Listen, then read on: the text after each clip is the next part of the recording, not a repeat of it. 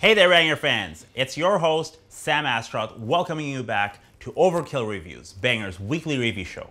You may have noticed that our worldwide metal review show, Overkill Global, is back for Season 2, and I had a blast presenting my birth country, Bangladeshi extreme metal, for your pleasures. Now then, this week, I am bringing you one of the top acts in metalcore. This is Trivium.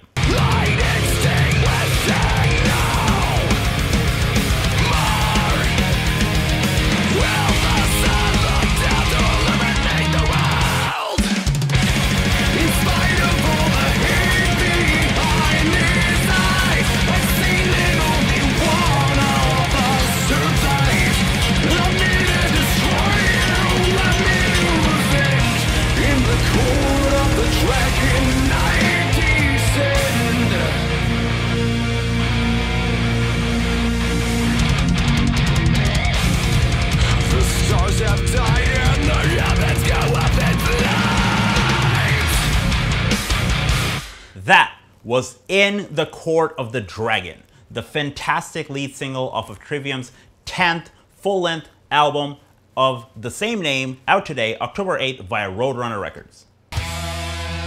Trivium started out back in 1999 in Orlando, Florida by bandleader Matt Heafy, who is a phenomenal vocalist and guitarist and also one of the top streamers in the realm of metal on Twitch. Currently, the band consists of Matt alongside guitarist Corey Bilu, bassist Paolo Grigoletto, and drummer Alex Bent. Since releasing their first album, Ember to Inferno, in 2003, the band signed to Roadrunner Records and have now released 10 full-length albums in their 22 years of career lifespan and have been quite successful throughout. The band has sold over 1 million albums worldwide, had accumulated over 500 million streams, and got a Grammy nomination for Betrayer in 2019. Now then, that's an impressive portfolio. So, how does their 10th full-length album, In the Court of the Dragon, carry out the band's legacy? Let's find out. The album kicks off with the extremely well-written title track you heard earlier, pulling you straight right into Trivium's signature sound you have all come to love and know by now. This is followed by the shreddy, fast-paced, heavy yet melodic track Like a Sword Over Damocles. Continuing on, the very strong opening chorus to this album, filled with many memorable songs. Talking about being memorable, check out the arena-worthy chorus of the next song on the album. This is Feast of Fire.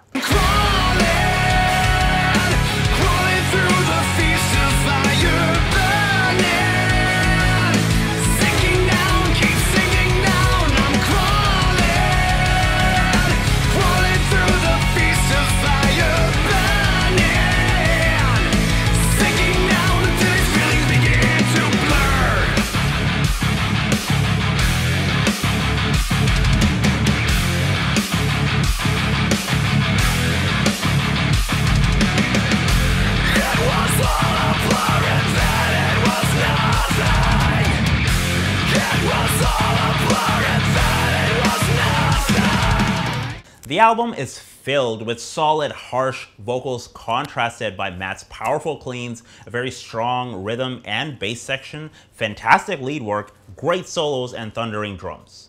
The songwriting on this album is unquestionably strong. This takes me to my personal favorite song on the album, The Shadow of the Abattoir. A 7-minute song that starts off in a rather calm and soothing fashion, different than the rest of the songs, and has progressive elements that carry on throughout, building slowly to a heavier midsection before going into all sorts of shredding territory, then finally finishing off with a melancholic yet epic feeling. The rest of the album follows through with a mix between shorter, thrashy yet melodic metalcore songs and longer progressive songs. Talking about progressive songs that doesn't shy away from innovation, feast your eyes and ears on this.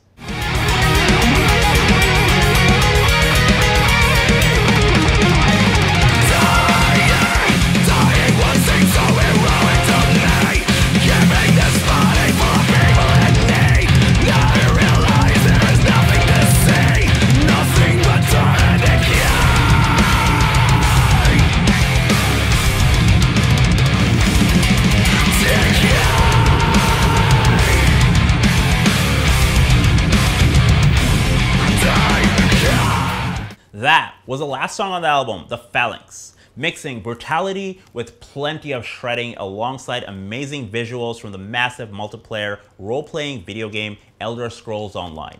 My geeky nerdy self loves this. Absolutely. Now then, on to the bad parts. My least favorite section, but the constructive criticism must be given. So, beyond the fantastic songwriting for the most part and being able to easily create memorable songs, what are the downsides to this album? Personally, I would say that the album kind of feels divided into two parts. The first half feels like a melodic melodeath / metalcore album, top notch I might add. And the second half feels like a thrashy / progressive album. This to me may create a bit of a confusion overall when you listen to it from front to back. It feels slightly disjointed and disorienting at times. I'm not sure if this was intentional, but even though I thoroughly enjoyed listening to the album in parts, as in just playing songs, I would pick as favorites when I take the strongest songs into account. Some of the rest of the album kind of fail to stand up to them, which is actually pretty normal, to be honest, on pretty much every album in history, so nothing too bad here. New Trivium album has tons of memorable elements that deserve repeat listens. From the phenomenal vocal performance to the fantastic guitar work accompanied by super solid drumming and the arena-worthy choruses, Trivium is here to stay and have no signs of slowing down anytime soon.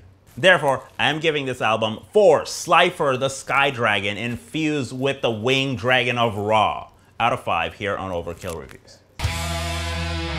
Alrighty, Banger fans, time for my favorite section, the Shoutouts. First up, yeah, I wish we covered this album. This is actually like such a good fucking album. The jaw-dropping debut full-length album from rising Canadian metal band Spiritbox with Eternal Blue, which came out on September 17th via Rise Records. Vocalist Courtney LaPlante is an absolute powerhouse and is hailed as one of the best all-rounder female vocalists in the world right now. With songs such as Holy Roller, Secret Garden, and Circle With Me, this is probably the most refreshing metal band I have heard in the last little while. Next up, I got the Roman Empire-themed symphonic death metal band XDO with their 4th full-length offering, The 13 Years of Nero, which came out on August 27th via Napalm Records. This album features a myriad of great songs and a duet with latest Juno Award winner Britney Slaves from Unleash the Archers. Third, I got the German-spoken electronic industrial deathcore act We Butter the Bread with Butter with their 5th studio album, Das Album,